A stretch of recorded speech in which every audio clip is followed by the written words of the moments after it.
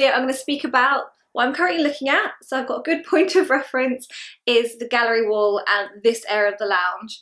Kind of other areas aren't quite there yet, so I thought I'd focus on the area that is most complete. So we really changed things up, added a rug, new unit, table, and just decorated everything, and I really love how it's coming together. We're definitely going for kind of Scandinavian vibes, black and white, but then a lot of plants to add life and colour. Then we have loads of throws everywhere and like fuzzy cushions and lots of textures. When putting this together and I kind of designed how the gallery wall would look, there was a Christmas tree involved. So since that has gone, there definitely was a big space. So for now, we've just put a palm plant on a stool, and that is kind of just balancing up the composition of it all. I wanted to make sure I knew the sizes of the frames, the prints, what prints I wanted before I purchased anything. I also have a small gallery wall in the bedroom, which I can talk about another day if you're interested. But basically for this, I went on Desno's website because majority of the prints I was getting was from their website.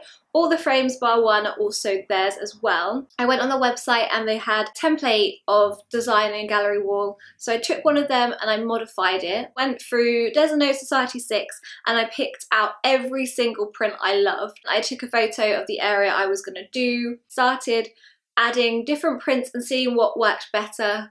I played around with different leaves to the left, and then I played around, decided what prints should go where, and that is how I designed it. Knew what prints I wanted, knew what frames I wanted. I did play around quite a while. Have 4 prints from Society 6, so 2 are by Ruben Island, which are just amazing.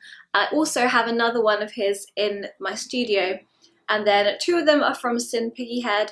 I love the 3 dinosaurs in a row. It's actually my phone background because I just think that's beautiful with the skull and all the flowers kind of entwining through that as well. I knew I wanted to keep it to black and white, although the owl has a touch of colour in the eye. I knew I definitely wanted the owl print. That was just my favourite print. With the quote, it's not really about what it says, to be honest. I just really love the look of it and the typography kind of breaking up all like the bold graphic nature of all the other prints. I really like the Brooklyn picture because that's just memories of our trip.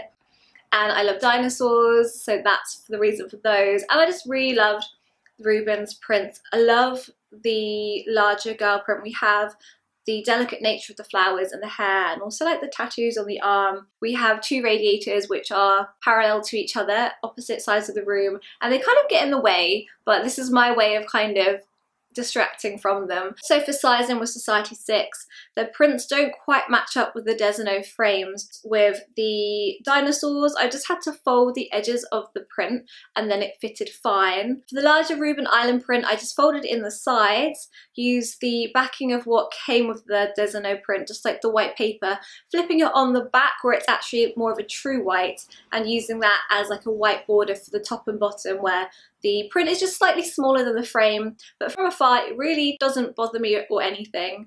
I just think it works really, really well. It's all just about playing around with it. I just really meticulously wanted to plan it before purchasing because I spent a lot on these prints, like especially Society 6 is very expensive. So this is how I put my gallery wall together. For some people this may be quite a long-winded or roundabout ways. I sat down on Photoshop and I planned it out, but for me it really gave me peace of mind that I was getting the right prints, the right frames, and I really am a visual person. I had to see on Photoshop to check I had the right frames because there's so many different options. I could have gone for like a copper frame or a white frame, a wood frame, so on and so forth. There is an array of frames you can get for your prints. I still want to add things to the space. I feel that, you know, there's still space on the cabinet, maybe like in the units and little cubby holes. Things could go there at some point. There's still more work to do, so at some point hopefully I'll come back with a mantelpiece area kind of description of sorts of how we've sorted that out. There's also shelving units, which I don't know what I'm doing with that yet, but I'd like to kind of talk you through more aspects of the lounge. I do feel there's very different aspects to it, and I hope you enjoy this. I hope that this is interesting to you. Let me know your feedback, as I'd love to share with you more areas of our house, like my studio, my office, my walk-in wardrobe. So they're not so much a house tour as such, it's more, I guess, speaking through each part and how I've decorated it and all that kind of jazz, if that makes sense. It's been really nice to just sit on my sofa and chat about things I love, which I'm really loving interiors and just changing the place and making it feel homely. Like, my parents came round and they viewed the house, and prior to me changing everything, my mum had seen it when I first moved in, and she said that I've changed a somewhat student looking house into a home, and that just made me feel so house proud, and I'm really enjoying sharing this with you. So I hope you enjoy watching it, and let me know maybe other themes or other things you'd like to see. A lot of people have been seeing stuff about my home and that on my Snapchat and Vlogmas. If you want some home hauls, let me know, because yeah, I want to do more stuff you guys like and I enjoy. See you in the next one.